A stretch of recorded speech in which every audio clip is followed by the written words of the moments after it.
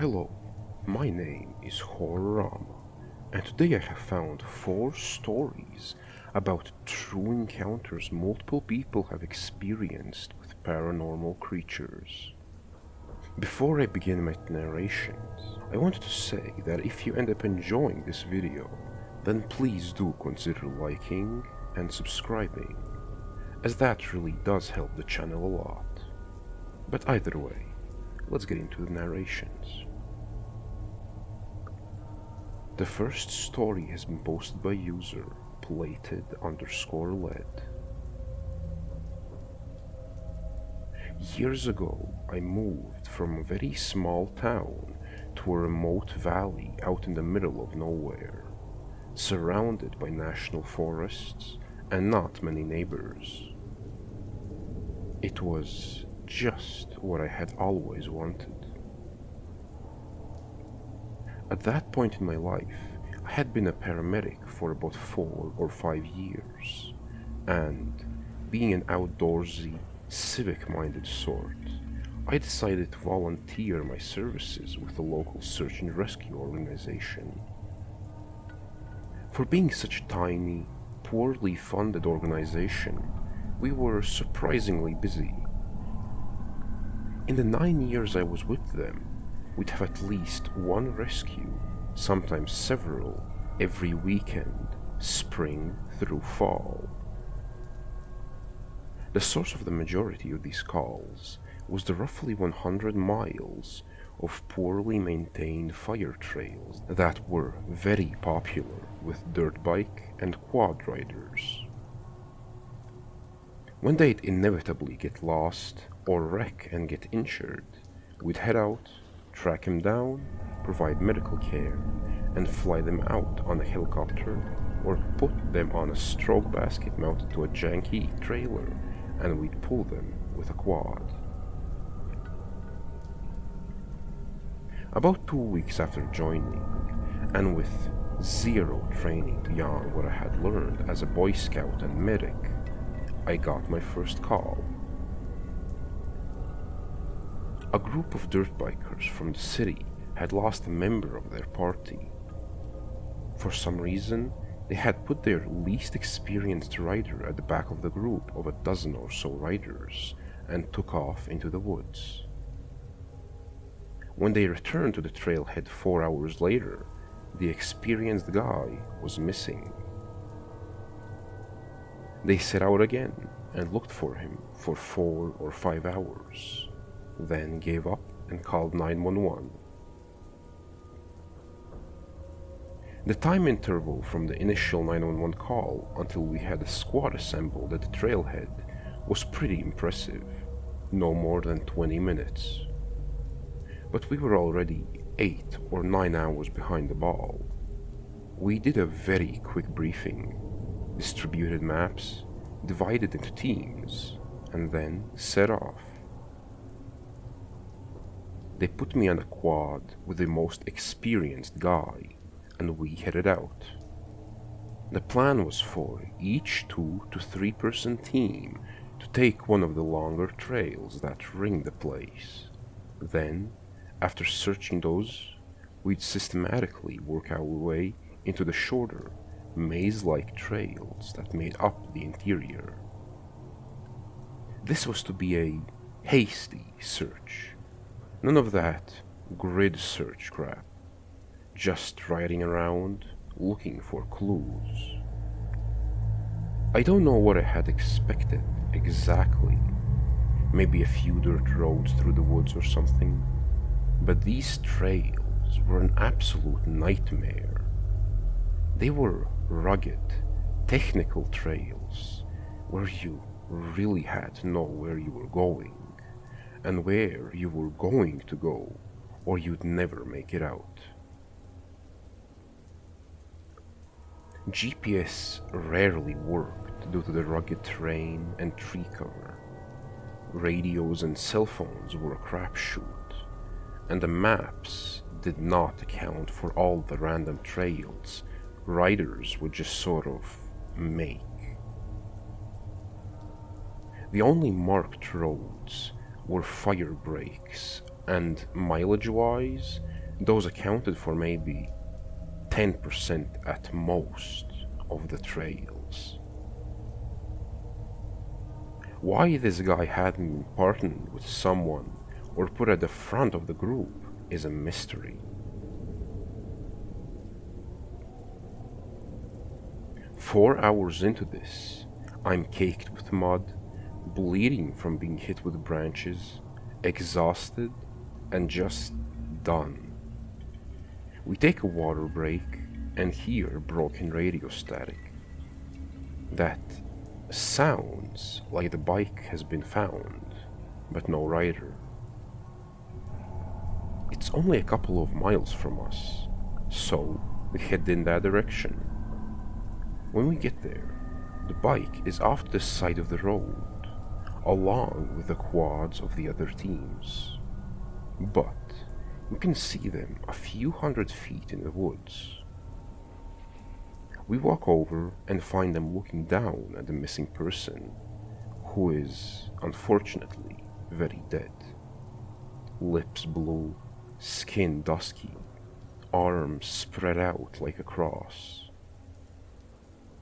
On first glance, his eyes looked to be wide open and solid white, but when I examined him, I could see that his eyes were actually covered with fly eggs. This guy had been dead for a while. It didn't make sense though. His bike still had gas in it, he had water and food, and he was a healthy guy in his late 20s. Why was he dead? It looked like he had simply laid his bike down, then ran into the woods to die. We wrapped him in blankets, then put him on the stokes, and took him to the trailhead, where the coroner was waiting. About a week later, I ran into the coroner and asked what the cause of death had been. The pathologist's determination was cardiac dysthymia secondary to extreme anxiety. The guy had literally died of fright, which, up to that point, I had always assumed was just a Hollywood thing. I've always wondered what was going on through his head. Was he just afraid of the woods, or of being lost? If so, why did he run blindly into the woods instead of continuing to follow the trail? There's a part of me that thinks he may have seen something out there. I've heard a lot of stories about weird things happening in these woods, and I'm seeing a few of these things myself, so it wouldn't surprise me. The second story has been posted by user Google Please Stop. So, this is a second-hand account, coming from a close friend who has given me no reason to doubt them. Main event, February 27th, 2023. My friend was driving home from work and passing down my country road sometime between 5 p.m. and 5:59 p.m. Less than a mile from my house, at the end of my township, within 1,000 feet of the closest house, he saw an unknown creature. It was at the edge of the road, as if it were about to cross. It was pitch black, very furry, had a bobbed tail, and the face of a pit bull. I could see its jaws. It had dog-like ears, slender but muscular, and was standing on all fours. When it saw me, it paid no attention to me, but slowly turned around and leapt back into the woods. when it leapt back, it jumped like a frog.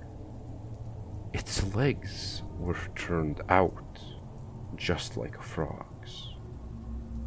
It was appropriately the size of a Great Dane on all fours.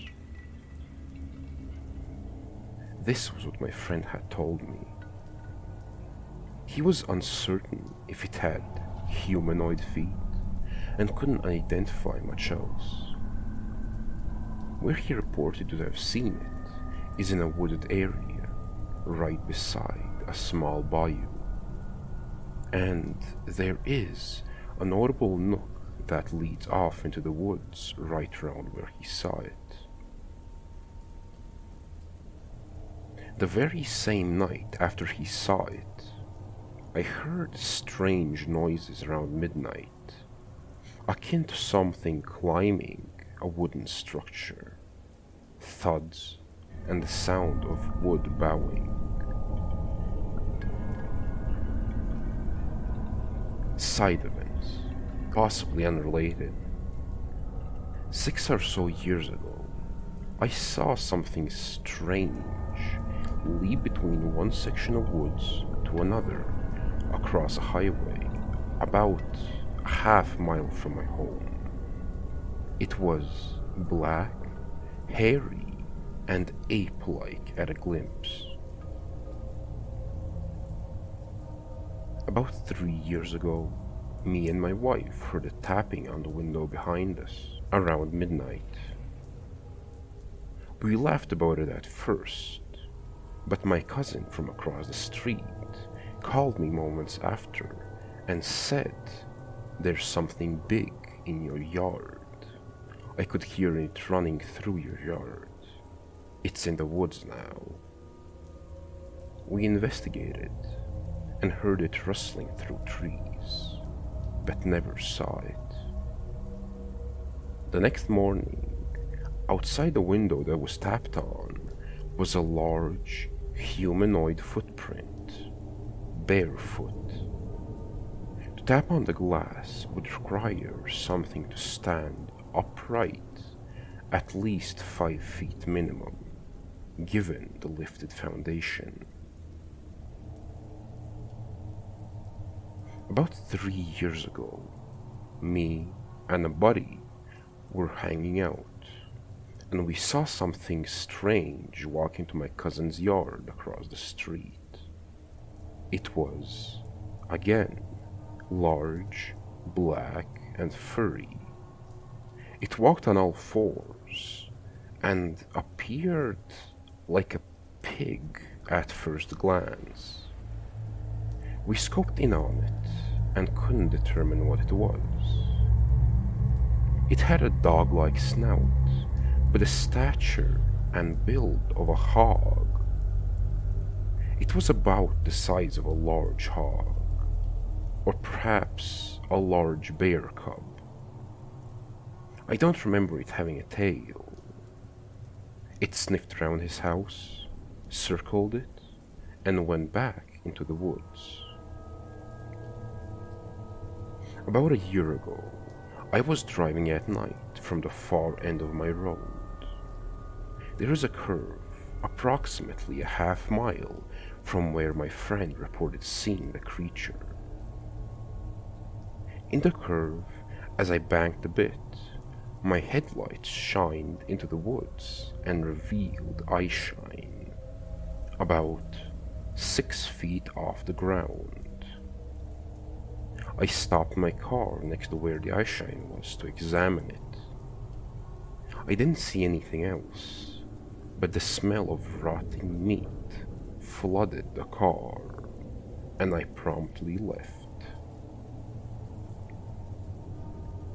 About a year ago, I was outside around midnight when I heard a strange noise in my cousin's yard.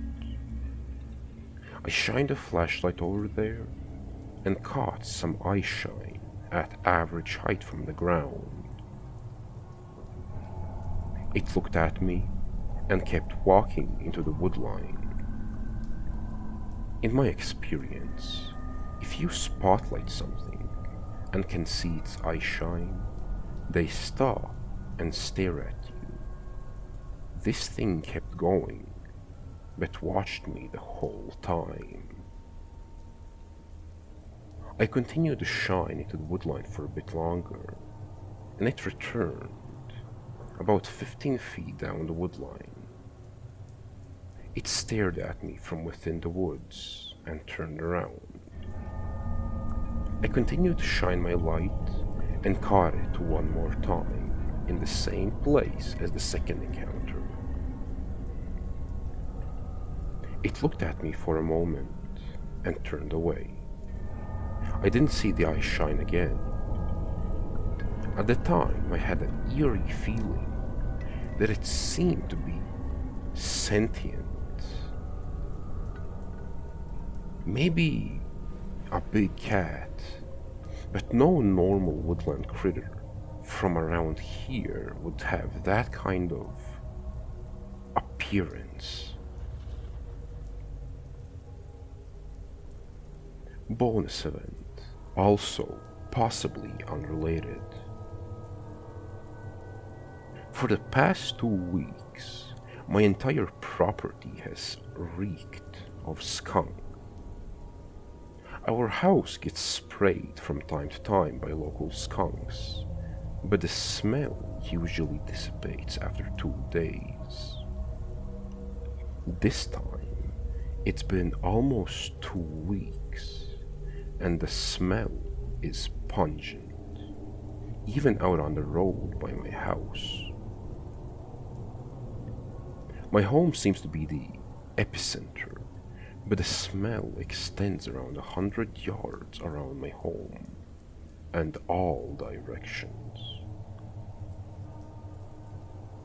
All of these instances were just strange coincidences until my friend saw this creature yesterday.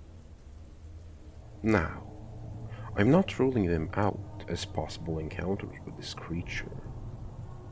Any and all guesses as to the nature of this being are appreciated.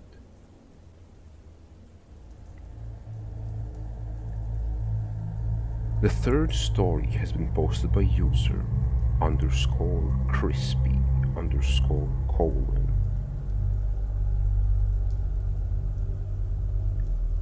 I remember when I was 16, me and my friends were out, and it was my friend Jay and Harley.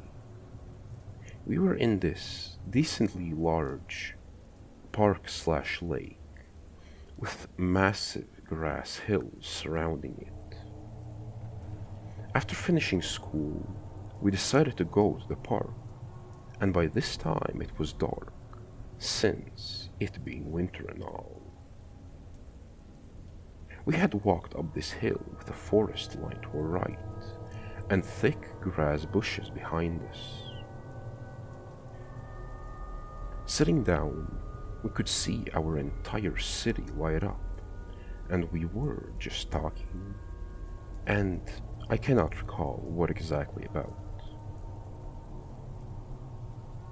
Some point onwards, my friend Jay, who was the loud type, started whistling and shouting because of the echo you could hear, when, from behind us, we all heard a whistle back at the same tone and pitch that my friend was whistling in. We all looked to each other, confused, when my friend whistled back, and only after a couple of seconds, once again, we heard the same whistle from the bushes. I know for a fact it couldn't have been the echo, because by the time whatever had repeated the whistle, the echo was gone. Now, quite stupidly, might I add, my friend decided to shout at it, provoking it, not knowing what it is, and this made my heart drop. A somewhat rough try at what he said screamed back at us, faint but clear. At this point, me and Harley were debating leaving, but Jay told us to come back and check out the bushes. So, for whatever reason, our teenage minds decided to listen to him and follow him.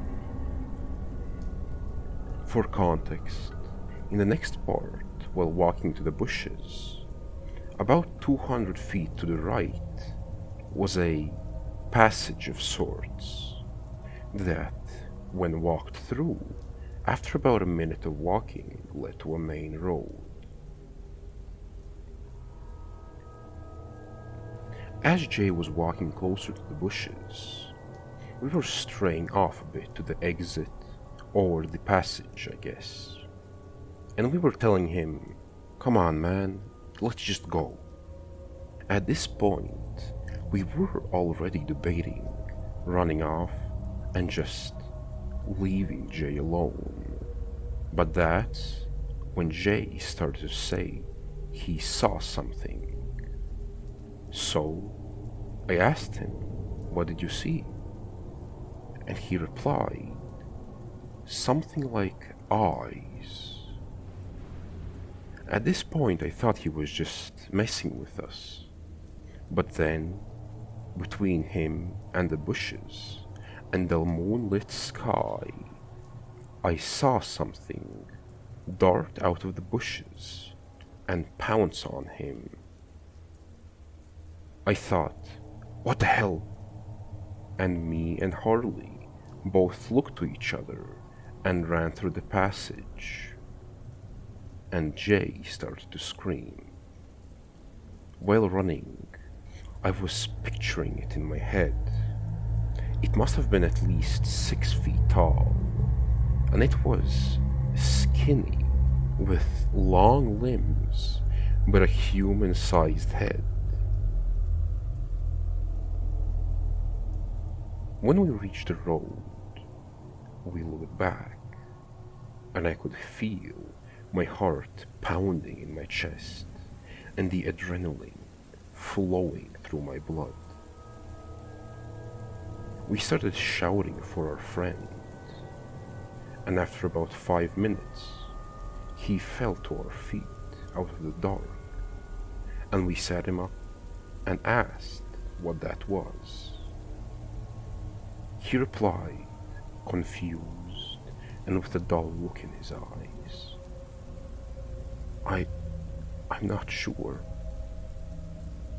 After that, we left the area immediately. After about an hour of walking, we parted ways, not talking about what just happened. But the next day, we met up, and he was covered in black and yellow bruises. Now, I still don't have any evidence except the story, but I wanted to share this and see what you think. The fourth story has been posted by user Cal_Bunga.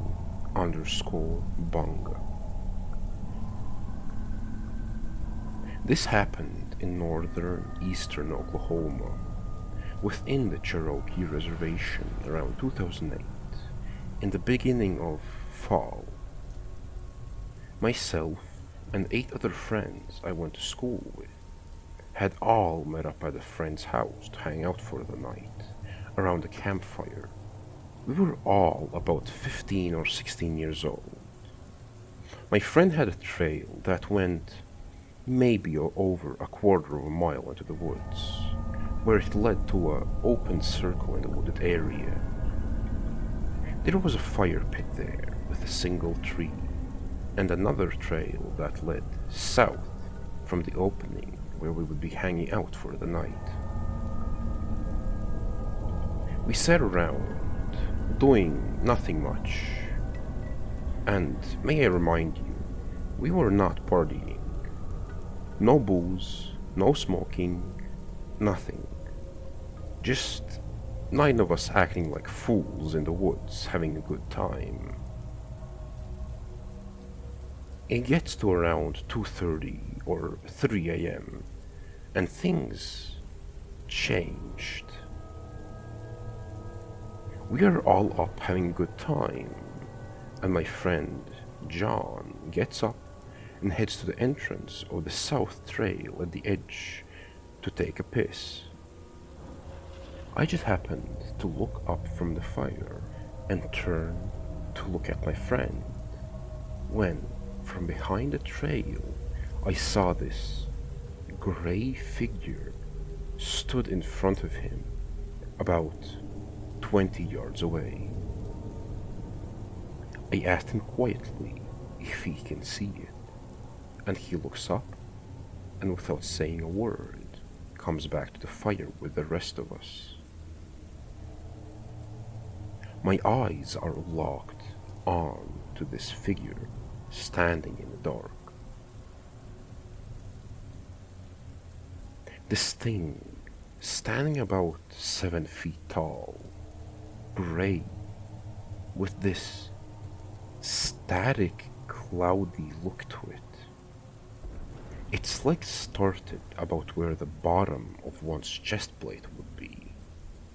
Long, lanky arms, which lay down almost where its knees would be, with black hollow eyes, with no mouth or nose.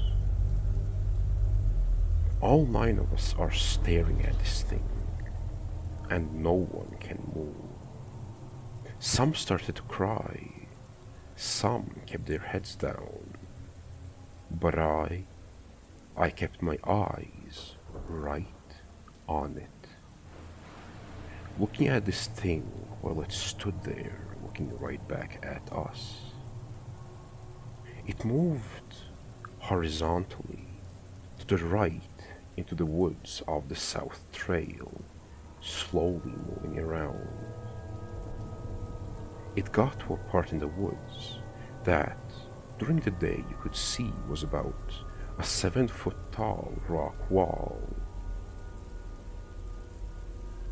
When it approached that wall, it hovered over it with no struggle at all, and then it slowly backed off into the depths of the dark woods and faded away. We didn't leave that fire until the sun came up, and we got out of there as fast as we could.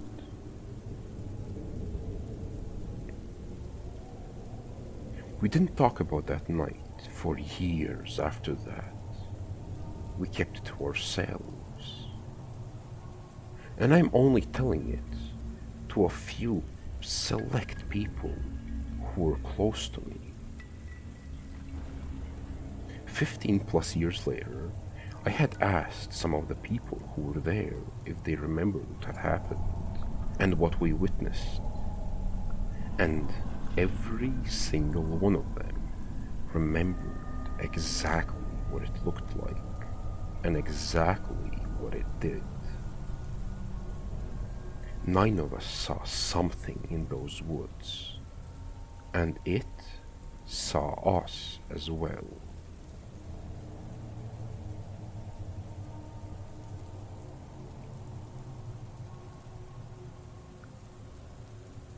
Crawlers, skinwalkers, and the Wendigo. While compiling stories for my narrations, I have found that these 3 beings are depicted in very similar ways. And while the distinction between a skinwalker and a Wendigo is quite clear, but what about the crawler?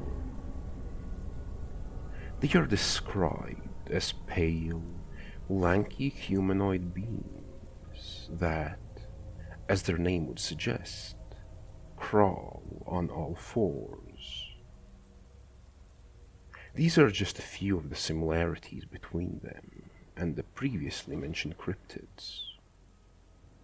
Now, of course, this could be just a coincidence.